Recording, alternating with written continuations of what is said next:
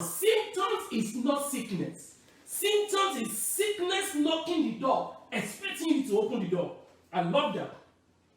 Symptoms is what? Sickness knocking the door, expecting you to what? To open the door. The choice is yours. I can never be sick. I can never be sick. It's so simple. Jesus was sleeping on the pillow in the mist. They ran to him.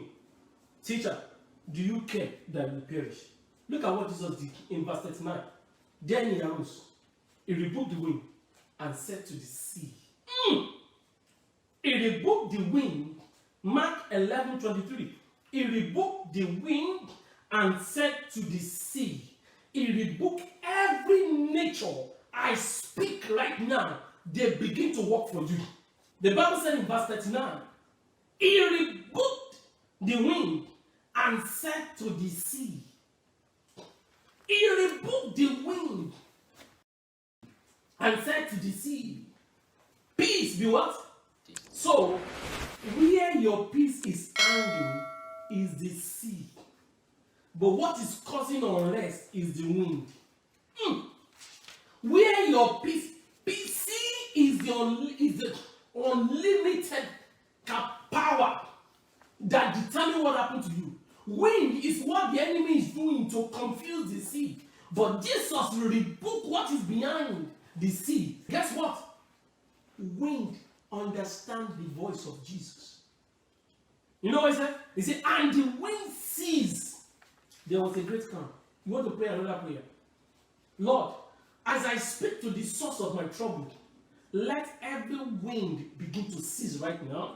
Amen. And let there be a great calm. He rebuked the wind and the wind ceased. But he speak to the what? To the sea, and there was a great calm. You will never struggle again in the mighty name of Jesus. Amen.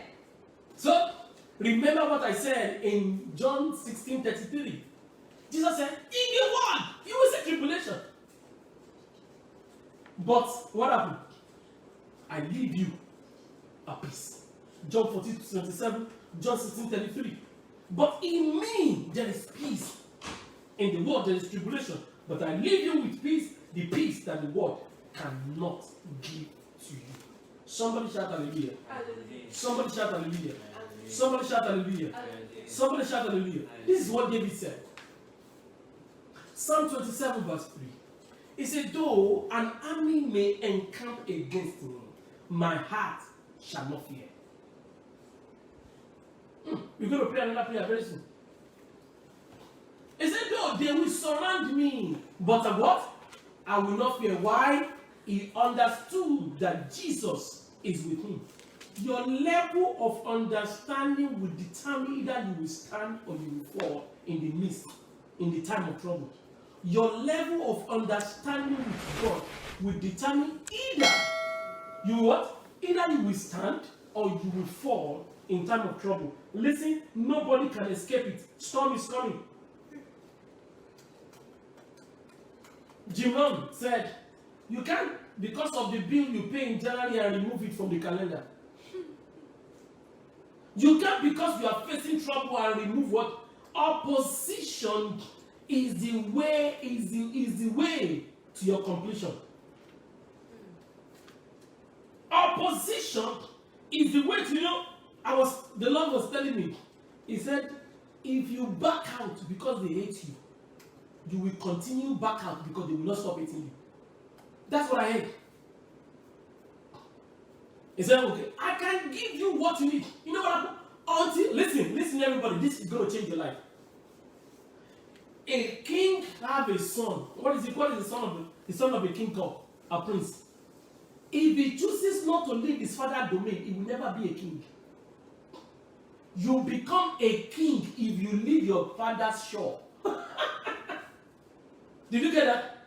If Jesus is, okay, when you are as a king, when you have a son, two things that will make him a king is to create for him another domain and tell him to go and take that domain. So he represents you, another king there. Once you become a king, you are no more a prince. But if you say that, no, I will not live here, I must stay here, God said, you cannot become a king. And remember, where there is voice of the king, there is power. Not when the voice of the prince. Oh, nobody gets that. So, as a child of God, if you are not ready to face the test of life, you will never you will never be partaker of the testimony of life. I will say it again. As a child of God, until you are ready to face the test of life, you will never be the partaker of the testimonies of life. As a child of God, until you are ready to what? To face the test of life, you will never be a partaker of the testimonies of life. We feel the word is full. Remember in Matthew chapter 13, it said, let the wheat and the corn grow together. That is the world we live in. The world where good and evil grows together. The world where trouble and peace grow together. The world where there is storm and there is calmness grow together. But you have to take ownership, because I know this shall turn to me for a testimony. David said, no, Psalm 27 verse 3. He said, though I am encamped by the armies of the enemy, they are against me. He said, but my heart shall not fear. I get that. I'm peaceful. Luke 21:13. I'm peaceful, yes. And it shall turn to me. Turn to you for a testimony. That's what I keep hearing all this while. And it shall turn to you for a testimony.